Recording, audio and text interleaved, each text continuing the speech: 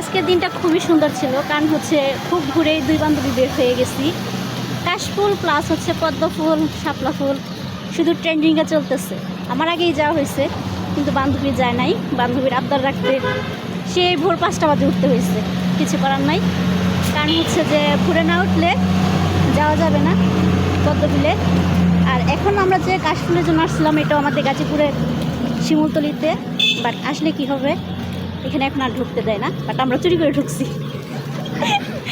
তোর মতো একজন বেস্ট ফ্রেন্ড না থাকলে কখনোই বুঝতাম না জীবনটা এত সুন্দরভাবে উপভোগ করা যায়। ঘুরে ফিরে অনেক এনজয় করি আমরা সবসময়, অলওয়েজ।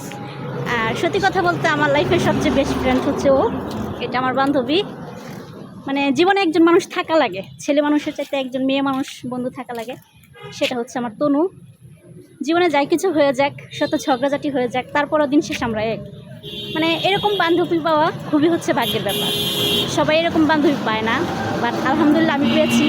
তা আমিও চাই সবার জীবনে এরকম একটা মানুষ থাকুক। আশা করি সবাই যেন এরকম বান্ধবী পায়।